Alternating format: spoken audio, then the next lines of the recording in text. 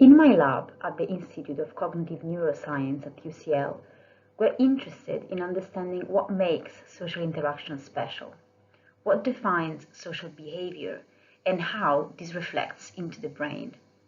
My PhD wants to bring these questions specifically within the domain of social learning. What does it mean to be on the same wavelength of our teacher, and can these help us learning? But how do we study social learning during a global pandemic?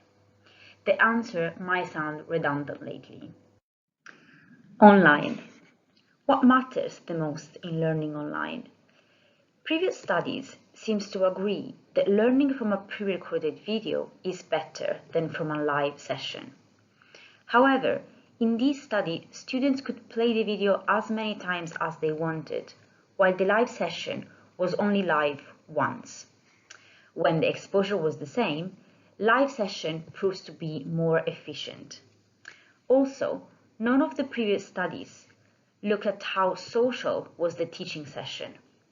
We therefore asked, first, is there any difference between learning in a live session and learning from a pre-recorded video, given the same exposure to both conditions? And second, what is about the social aspects of learning that is most important? Is it playing an active role in interaction, or is it rather about how rich a social scene is? For example, whether I can see my teacher's face. We prepared 2 sets of items, each including bizarre animals, musical instruments, exotic foods, and ancient objects. This was meant to be engaging and to give something fun and interesting to learn, similar to what people could read in a magazine or learn from a documentary. We then designed a 2x2 paradigm in which we manipulated social contingency, or in other words, whether people played an active role in a live learning session or just learned passively from a recorded video, and the amount of social information available, so whether people could see the face of their teacher or just their hands. Let me walk you through each condition briefly. In the live face condition, participant was learning in a live video call and the teacher's face was fully visible. They had an active involvement and social richness was high. In the live hand condition, participant was learning in a live video call, but the teacher's face was not visible. They had an active involvement, but social richness was poor. In the recorded face condition, participant was learning from a recorded video of a previous participant. The teacher's face was fully visible. They had a passive involvement, but social richness was high. In the recorded hand condition, participant was learning from a recorded video of a previous participant, and the teacher's face was not visible. They had a passive involvement, and social richness was poor. So, in a typical trial, participants first attended to a live video call when they learned a set of items. They then attended a recorded session when they learned about another set. For each trial, they either saw the teacher's face or not. The order of trials, conditions, and sets were counterbalanced.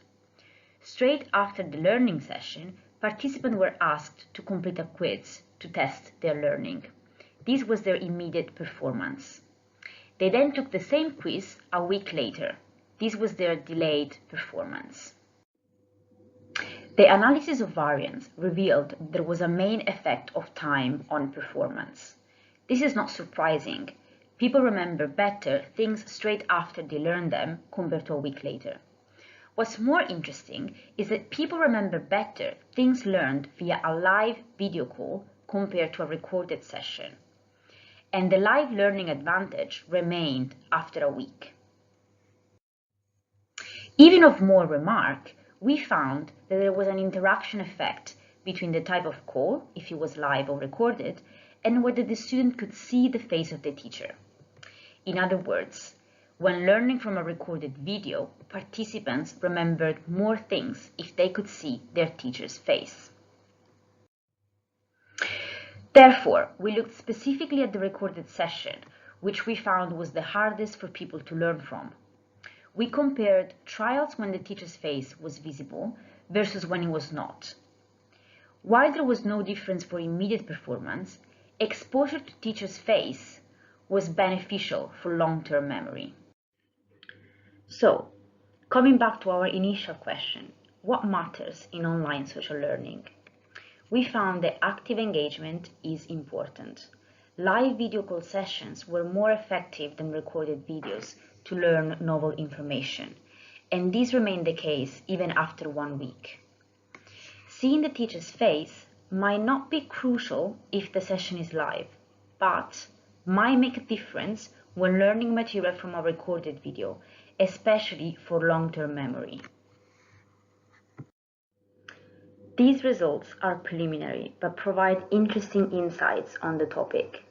We are working in our lab to replicate this study with a stronger contrast and also to look at what happens during face-to-face social interaction in learning at the behavioral level and in the brain. So stay tuned. Thanks to my supervisor, Professor Antonia Hamilton, to those among my friends who patiently piloted this study, and thank you for listening.